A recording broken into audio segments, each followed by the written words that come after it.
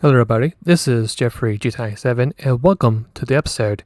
In this episode, I'm going to be using the Audi Quattro at Tokyo600 to find out if this actually is the best Group B car to use for that track. Now, I do know this Ghetto, very good, perhaps the ultimate best Group B car to use at Tokyo600, but that car is tended to be using for wall rides. So this particular build is going to be a non-wall ride build. I'll be showcasing the step-by-step process on how to get the car, and of course I'll be showcasing the particular steps you'll need to get this car, the parts and everything together and setup. Should be pretty simple and pretty easy build. Hopefully this will help you out, and if for some reason this particular tune does not really help you out, I would highly suggest to keep the car and use it for Le Mans, because this car is going to be really good for this race. So let's go ahead and get started with this episode. Our first stage, of course, is on how to find the car. And unfortunately for this car, is one of those cars you can only get at the Legends Cars dealership. Right now, the cost of it is 1.7 million credits. And if for some reason you actually missed your shot of getting this car when it returns again to the game, the price tag will actually be a bit cheaper. Now, will it be cheaper by so many credits? I'm not too sure what the value is going to be. It could be 1.6 million, 1.5 million. I'm not too sure. But as you can see, those are the stats right there for this car. We are going to have to nerf this car, unfortunately, to meet the Tokyo standards. But if this was a particular build for Le Mans, you probably could just throw in maybe one or two upgrades, and it should be able to work, hopefully.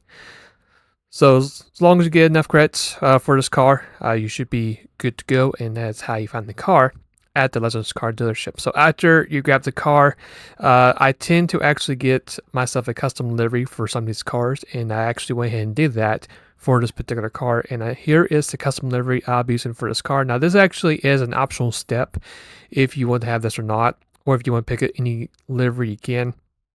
The rims, it doesn't really matter. If you run a particular different rim compared to what it comes with the car, it does not really matter at all.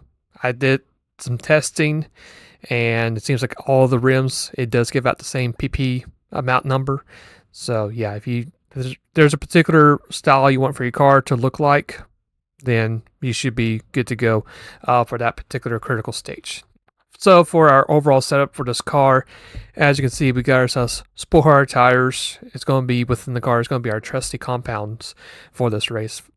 For this car, we actually do have fully customized suspension, but to be honest, I really did not touch a whole lot of it, because I did notice once I did lower the ride height, it actually did mess up the car, especially that first turn. So I did kept it at 85.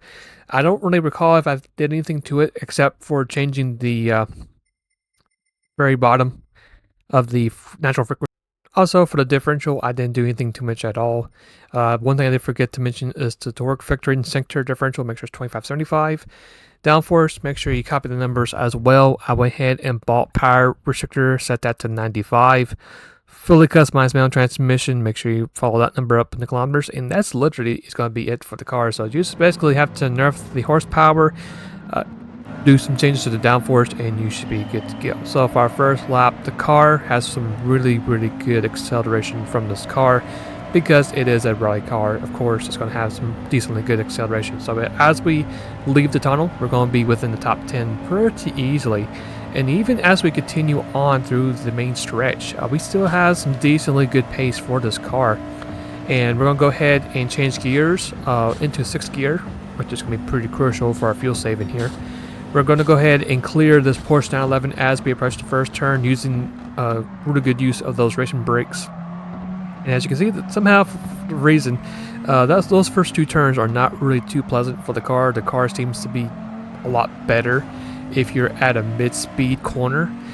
And once you're at a mid-speed corner like these that are coming up here for this car, it really has amazingly good grip, amazingly good handling. As you can see, we can easily pick off both the GTR, the Mia RX-7. I mean, we're literally on rails right now. This car is flying. Went ahead and made a pass on that old gen Impreza. Got ourselves such a good momentum on that Supra. We're going to make a move on its left side, easily clear it, and then just like that, we're halfway through the lap and we're already in P2. And not to mention, but we're also really hunting down the race leader. I mean, the pace of this car is really phenomenal for this particular track setting.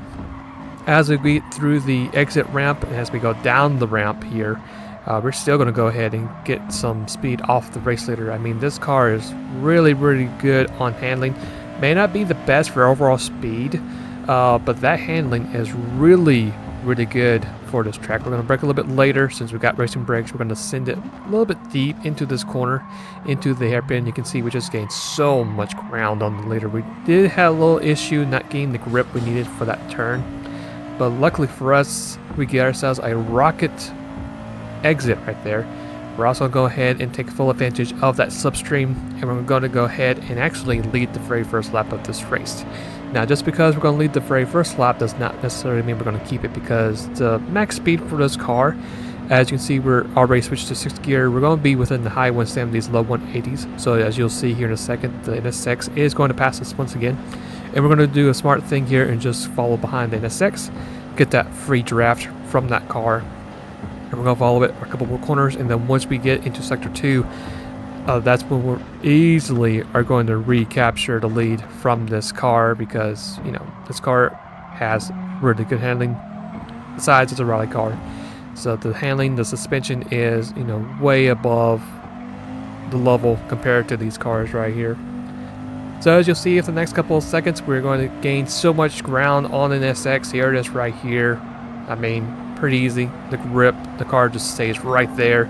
We're actually going to take a little bit of a different line, passing the NSX, and just like that, we're going to take away the lead and run away from it. Now, as we fast forward to the race later on, this is lap 8, and one thing I forgot to mention is this particular fuel setting that we have enough fuel possibly to finish this race without pitting. And one key element here is you can see we're already in 6th gear. If you do this, what I'm doing right now, this basically is going to help you a lot on fuel saving. Now, if you're an automatic user, you might have to extend your 5th gear. But I'm going to go ahead and be quiet, let you guys watch this hot lap, see what the car is doing, and I'll be right back when we get to the finish of the race.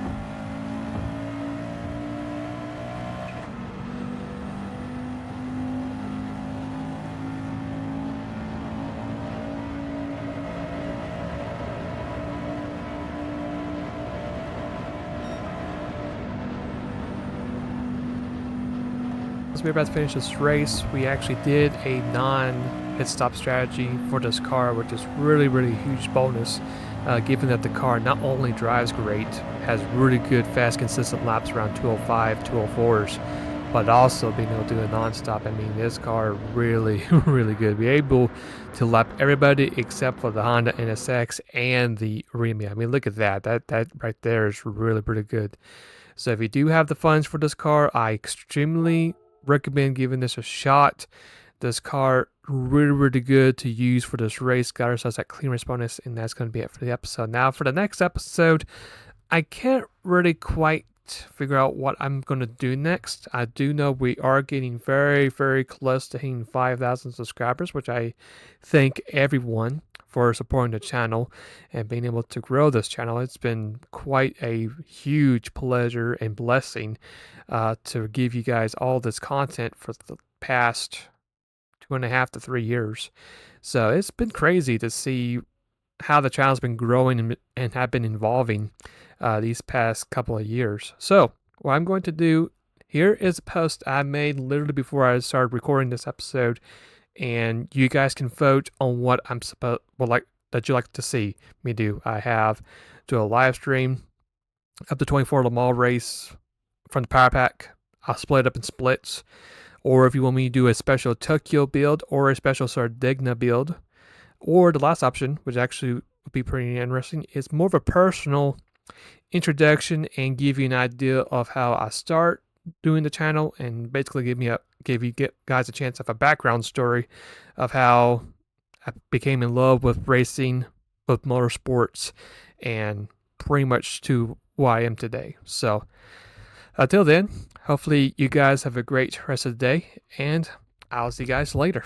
So that is going to be for today's episode. Hopefully this particular build has helped you out in Gt7. If you guys have any suggestions or any other builds you want me to try out, you're more than welcome to add those to the comments below, and I'll try my best to do them. Until then, hopefully you guys have a great rest of your day, and if you guys would like to subscribe to the channel, you're more than welcome to do so as well, as I'll have some more stuff coming up in the next couple days. Until then, see you later and take care.